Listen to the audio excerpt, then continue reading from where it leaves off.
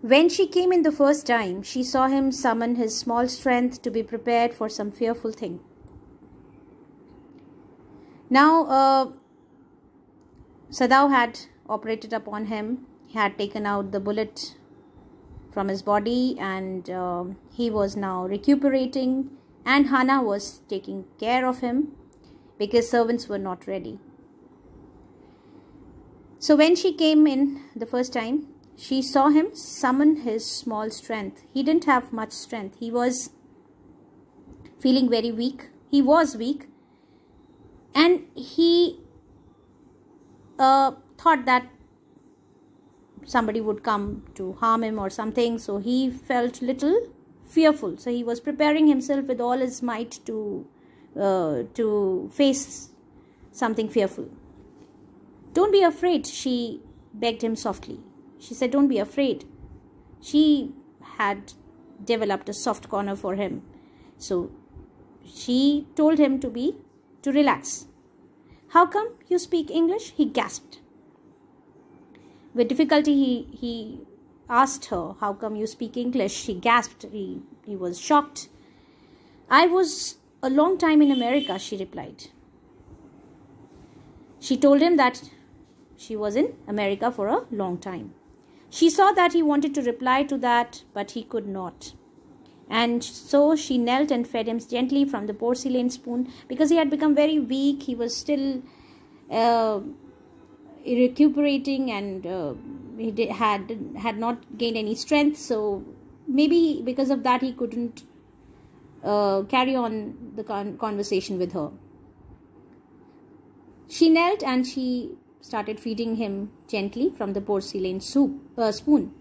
He ate unwillingly, but still he ate. He didn't want to eat, but he ate. "Now you will soon be strong," she said, not liking him and yet moved to comfort him. On one hand, this was in her mind that she was taking care of an enemy, so she was not liking him. But yet, she moved to comfort him. She said comforting words to him, that he would be strong soon. He did not answer.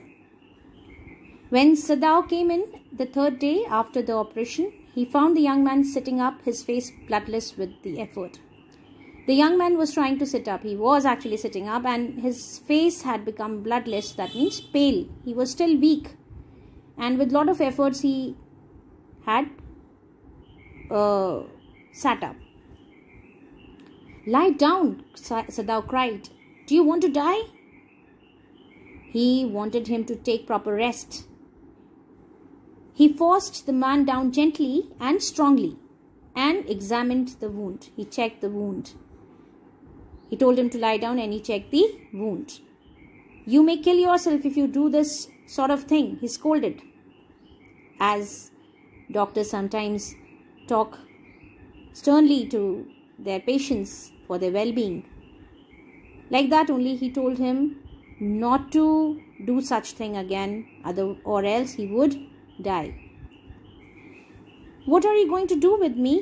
the boy muttered. He looked just now barely 17. He looked very young, around 17. So he muttered. He asked him that what would they do to him. "Are you going to hand me over?" He had this fear that they would hand him over to the police. So he asked that to Sadao. For a moment, Sadao did not answer. He finished his examination and then pulled the silk quilt over the man. "I do not know myself what I shall do with you," he said. "I ought, of course, to give you to the police. You are a prisoner of war. No, do not tell me anything." He told him very clearly that he did not know himself what he would do to him. He should have given him to the police, but he saved him.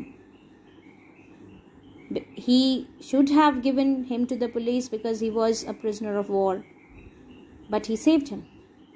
Then that American wanted to say something. He put up his hand as he saw the young man was about to speak. He stopped him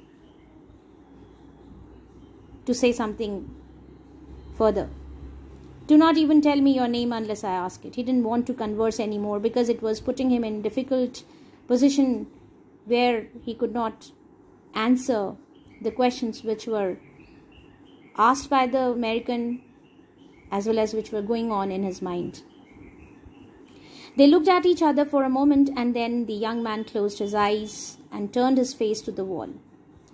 Okay, he whispered, his mouth a bitter line.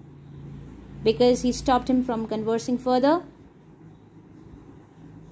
the American felt helpless. And he felt a kind of fear or helplessness. And he whispered, he said, okay. And his mouth a bitter line. Because he did not know what would be the consequences. And Sadao was not ready to answer him anymore. Outside the door, Hana was waiting for Sadao. He saw at once that she was in trouble. Outside, Hana was waiting for Sadao. When he came out of the room, he found her there and he could see that she was in some trouble. She was looking very anxious.